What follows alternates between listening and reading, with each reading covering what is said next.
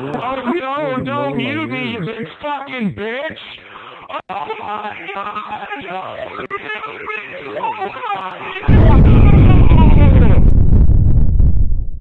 I hope you guys enjoy the video.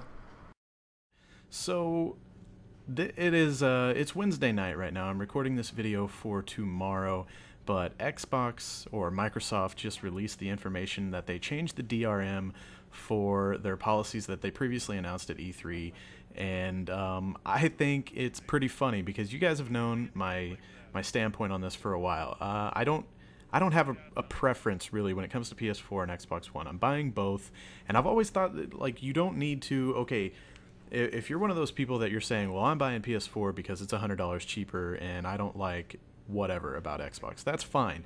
But what gets me is that it seems like the majority of the people that are making that decision are immediately, because they're making that decision to go with the PS4, that they're blasting Xbox, that they're saying Xbox is the worst console ever and it's gonna suck and blah blah blah, and they're going into all these details of why it's horrible, and I don't see why it has to come down to that. If you're choosing one console over the other because of personal reasons, because of personal preferences, that's fine, but that doesn't make the other console automatically horrible, and it goes both ways. I've seen a lot of people that are going Xbox, and they're saying Xbox for whatever reason, and PS4 is horrible because of that, and it's silly to me. The whole idea of it, I think, is really silly. But Xbox just dropped a bombshell, and I've been having a little bit of fun on Twitter because I think it's hilarious. Xbox went back on what they said, and like I said, they changed a lot about their DRM. So here's their official thing. I'll put the link down in the description, but it's on news.xbox.com/2013-06 update, okay?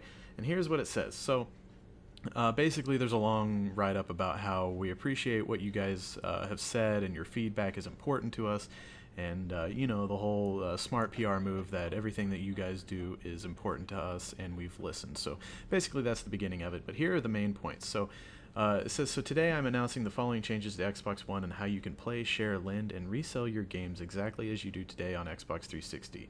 Here's what that means. An internet connection will not be required to play offline Xbox games. After a one-time system setup with an Xbox One, you can play any disc-based game without ever connecting online again. There is no 24-hour connection requirement, and you can take your Xbox One anywhere you want and play your games, just like on Xbox 360 now. So that means everybody was flipping out about the having to be connected to Xbox Live every 24 hours and all that. They're going back on that. You don't have to do that. It sounds like you're going to have an internet connection to set up the Xbox One for whatever reason. Who knows what that might be. But after that, you can play games offline. You can play campaigns and stuff without being connected. And that's what everybody was worried about. Well, you're not going to even be able to play offline games without being connected every 24 hours. Well, that's not the case anymore. They changed that. And I just want to say that's huge for a company to make big announcement like that. And then, you know, they got a lot of hate. They got a lot of really, really negative feedback on this. And for a company to look at that and actually go and change their policy on it is huge. Think back to when the last generation consoles came out. And again, I'm not fighting for either side. I don't care. I'm just bringing up points of interest. But back when the last consoles came out, when the PlayStation 3 and Xbox came out, I don't remember exactly how much, but I know that the PlayStation 3 was at least $500, maybe even $600. It was something crazy, and everybody freaked out that the PlayStation 3 was way too expensive, and everybody was really, really upset about it. And you know, PlayStation didn't go back on their word on that. They didn't lower their price point, and so that just kind of shows how I can't really think of anything this big in a long time that people have had a huge problem with, and then the company actually listens, makes changes accordingly, and tries to make the people happy. And I think that's cool, and I think that's something that should be looked at. The other thing here, it says trade in, lend, resell, gift, and rent disc-based games just like you do today. There will be no limitations to using and sharing games. It will work just as it does today for the Xbox 360. In addition to buying a disc from a retailer, you can also download games from Xbox Live on day of release. If you choose to download your games, you will be able to play them offline just like you do today. Xbox One games will be playable on any Xbox One console. There will be no regional restrictions. So that means you can let your buddy borrow your disc and he can play it on his, and all that, before that everybody had a problem with is changed now. So that's awesome. These changes will impact some of the scenarios we previously announced for Xbox One. The sharing of games will work as it does today. You will simply share the disc. Download titles cannot be shared or resold. Also, which is the same now. Also similar to today, playing disc-based games will require that the disc be in the tray. So all that is what we're used to. That's current gen gaming right now. That's what my Xbox 360 does, and so that's awesome. That's huge, and it's going to be interesting now how the console wars turn out. I know the price point is a big thing for a lot of people. To me, it doesn't matter as much. Like I said, I'm buying both consoles, and it's whatever. But I know that for a lot of people, that the $100 cheaper is a huge deal. I also noticed, and I don't know exactly how it's going to work, but I noticed on Amazon.com, whenever I pre-ordered, I've already pre-ordered both consoles, but whenever I pre-ordered my consoles, the expected shipping date for both of them, let me see if I can pull up my Amazon account real quick.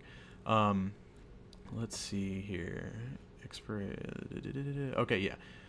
And this, who knows? This is early. These are, pre-sales or whatever. But whenever I pre-ordered my PS4 and my Xbox One, here is the estimated delivery date. And I paid for 1 day shipping on both of these because I want them fast, obviously. But anyway, so the PlayStation 4 estimated delivery date is Thursday, January 2nd. The estimated delivery date for the Xbox One is Tuesday, December 3rd. So that's not official. I'm pretty sure neither one of the consoles have officially released a date that they are going to be released, but according to Amazon, you would think it would be at least somewhat right. So it's sounding like the Xbox might come out a month before the PlayStation 4, and I think that's interesting because there's a lot of there's a lot of gaming fans out there that are really excited about next-gen gaming, and are you really going to wait a whole month just to save $100, in my opinion, if you're not already a fan of one or the other? I don't know. It's going to be interesting. It's going to be interesting to see how people do that. As a hardcore gamer, and if you don't already have a preference between PlayStation or Xbox, I don't see how you're going to wait an extra month just to save $100. I mean, $100 really isn't that much when you're talking about a console that you're going to play for probably 10 years. And keep in mind, $100 is, a game and a half. It's really not that much. So we'll see. I don't know. PlayStation fanboys, leave your comments down below. I'm sure you've got a lot to flame me with. Like I said, I'm not, I don't prefer, I mean, I do prefer my Xbox, but it doesn't matter to me. Just because I play Xbox more, that's where my friends play. And I think both consoles are going to be great, and I'm excited for both of them. So anyways, those are my thoughts, and really interesting that Xbox changed a lot of their policies that were not well received at all for E3. Leave your opinions down below. I'm anxious to read them, and this has been Jehovah, guys. I will talk to you soon.